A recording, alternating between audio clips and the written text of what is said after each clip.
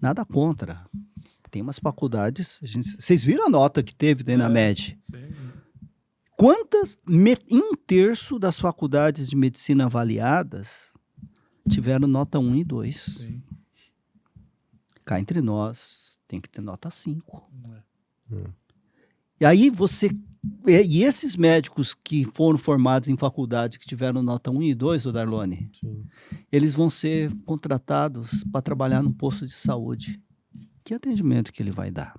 Você está assistindo a um corte do Conversaria Podcast. Dê o like, dê o hype e se inscreva no nosso canal. E além disso, a gente tá com uma parceria com o Léo Knorr, que inclusive é o nosso personal. A gente tem um link na descrição que é um forms para você preencher e participar da consultoria dele. Ele vai te dar uma prescrição de treinos personalizados. Além disso, ele vai te dar sugestões de alimentos que você pode utilizar para te auxiliar nesse processo de emagrecimento. Então corre no link da descrição e preenche o forms agora mesmo. Você sabe que eu sou conselheiro do Conselho Regional de Medicina, né? E nós tivemos julgando um caso, infelizmente, em que uma denunciante é uma pessoa que foi atendida numa maternidade, não vou dizer o nome nem o local, para não... E essa criança, ela teve um sofrimento fetal, demorou um pouco para reconhecer, demorou para fazer, para encontrar o anestesista que deveria estar de plantão e, infelizmente, não é por culpa do anestesista, era porque o hospital não dispunha de anestesista presencial. O hospital ele não tinha a estrutura adequada para fazer isso.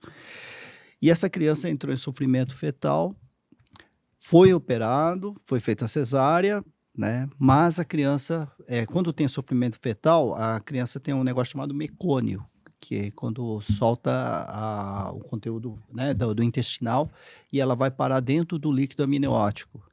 E a bolsa onde fica o bebê. E na hora, no nascimento, ela aspirou esse líquido, foi para o pulmão e, infelizmente, teve vários problemas.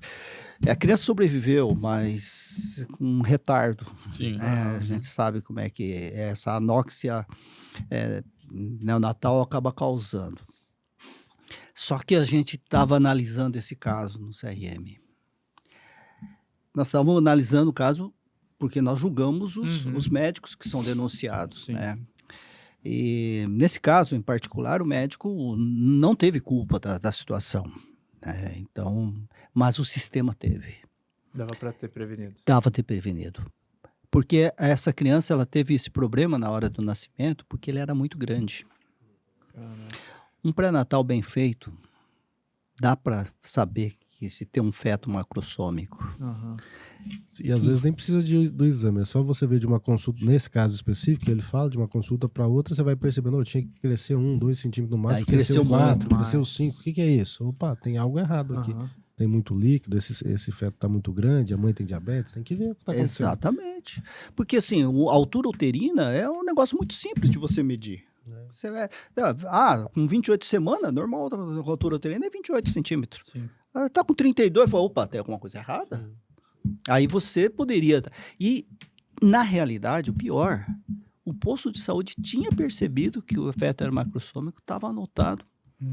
E não passaram. Não encaminhou para o alto risco? Não encaminhou para o alto risco. Então, são sistemas que deixam de existir e esse sistema pode gerar uma falha no atendimento. Para que isso não aconteça, a coordenação tem que ser muito bem feita na atenção primária. Se a atenção primária faz uma coordenação adequada, o atendimento sai liso como um todo. A gente fala a atenção básica é tudo básico. Não é o básico, na verdade é uma alta complexidade, na verdade é muito complexo. Os problemas que se lidam, isso que ele está dizendo, por exemplo, é algo simples que deu um resultado ruim lá na frente, mas as pessoas que estão ali têm que ter a percepção disso. Por isso que a gente falava, deu uma alteração na glicemia da gestante, opa, isso eu tenho que ficar olhando. No exame físico, começou a ter alteração na altura uterina em relação à idade gestacional para aquela gestante. Por isso que quem atenção. tem que ser contratado na atenção básica tem que ser os melhores. Sim, Por isso que tem que ter concurso. Por isso que tem que ser certas exigências, como, por exemplo, uma residência em medicina da família e comunidade. Ou, no mínimo, teria que ter um concurso exigindo essas condições. Sim. Essa habilitação. Hoje, o que está acontecendo? O médico, ele termina a faculdade hoje, nada contra. Tem umas faculdades, vocês viram a nota que teve daí na MED? Sim. Quantas, um terço das faculdades de medicina avaliadas tiveram nota 1 e 2. Sim. Cá entre nós, tem que ter nota 5. É. E aí e esses médicos que foram formados em faculdade, que tiveram nota 1 e 2, Darlone, Sim. eles vão ser contratados para trabalhar num posto de saúde. Que atendimento que ele vai dar? Então, quando eu falo de gestão, e isso é algo que nós temos falado muito, é que precisa ter, em primeiro lugar, tem que ter concurso público para contratar os melhores. Segundo, depois de contratado, tem que fazer uma progressão na carreira de acordo com meritocracia e satisfação no atendimento que está sendo feito ao usuário. Isso vai gerar uma qualidade e, eu digo mais, por mais que seja um sistema público, eu sou a favor de uma competitividade, de competir entre as equipes de saúde da família e premiar as melhores equipes de saúde da família que tivesse. Por quê? Porque isso é meritocracia. Sim. Isso vai fazer com que as pessoas se esforcem para ter melhores resultados. Isso vai criar um círculo virtuoso a ponto de criar competitividade dentro de uma cidade, dentro de uma comunidade, dentro de um estado. Isso é muito bom. Pensar a longo prazo, né? Pensar a longo prazo. E isso é possível de ter. O que nós pregamos? Primeiro, plano de carreira. Segundo, concurso público e contratação efetivamente, assim, nada de contratação precária. Contratação realmente com vínculos. Isso é muito importante para criar essa conectividade com a comunidade. Tá? Então, e logicamente que o plano de carreira está relacionado a uma remuneração adequada e condições de trabalho que sejam adequadas. É o seguinte, vocês mencionaram aqui que está acontecendo de muitos médicos recém-formados não estarem devidamente capacitados, certo?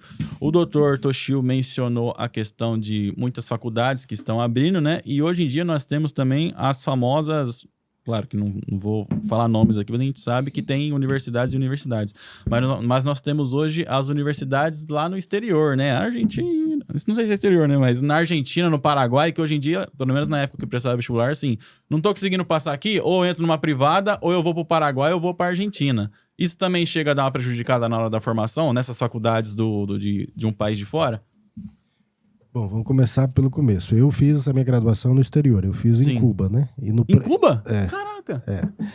E a minha revalidação, ela foi uma revalidação que eu tive que provar por A mais B, ou seja, que eu sabia. Então, tive lá uma prova extensa de manhã e de tarde, escrita e depois prática, para dizer, não, você está preparado para tratar uma pneumonia, para diagnosticar uma apendicite, que inclusive foi o que caiu na minha prova, tanto na prática como... que me lembro, e uma gestação gemelar, como que eu identifico na primeira consulta. Então, assim, esse é o primeiro passo, é a primeira percepção que nós temos que ter, que o cidadão que se forma no exterior, ele vai ter que provar aqui no Brasil que tem. Hoje tem o Revalido, né? Que é a prova que você tem que fazer para conseguir atender aqui no Lógico, Brasil. Né? Isso é fato. Então tem que provar que consegue entrar no mercado de trabalho. O que a gente tem percebido, para além da expansão que houve agora com as universidades, principalmente no Paraguai, que a gente, no meu período, não existia o Paraguai, era no máximo ou a Bolívia ou... Sim, é recente, né? Então parece que houve uma mercantilização disso mesmo, né? Então esse é um cuidado que nós temos que ter com como é que essas pessoas estão sendo formadas, o funil que está sendo colocado hoje aqui é o suficiente, o revalida, ou depois a prova, que agora há uma discussão no Congresso sobre a prova de ordem, não sei se esse é o nome, né? Já foi aprovada no Senado, foi Certo. aprovado no Senado, de forma terminativa, de ter o exame da ordem. Que isso seria agora, acho que, desculpa que interrompa, doutor. E aí foi para a Câmara agora. Seria olhando, para tentar criar um mecanismo de freio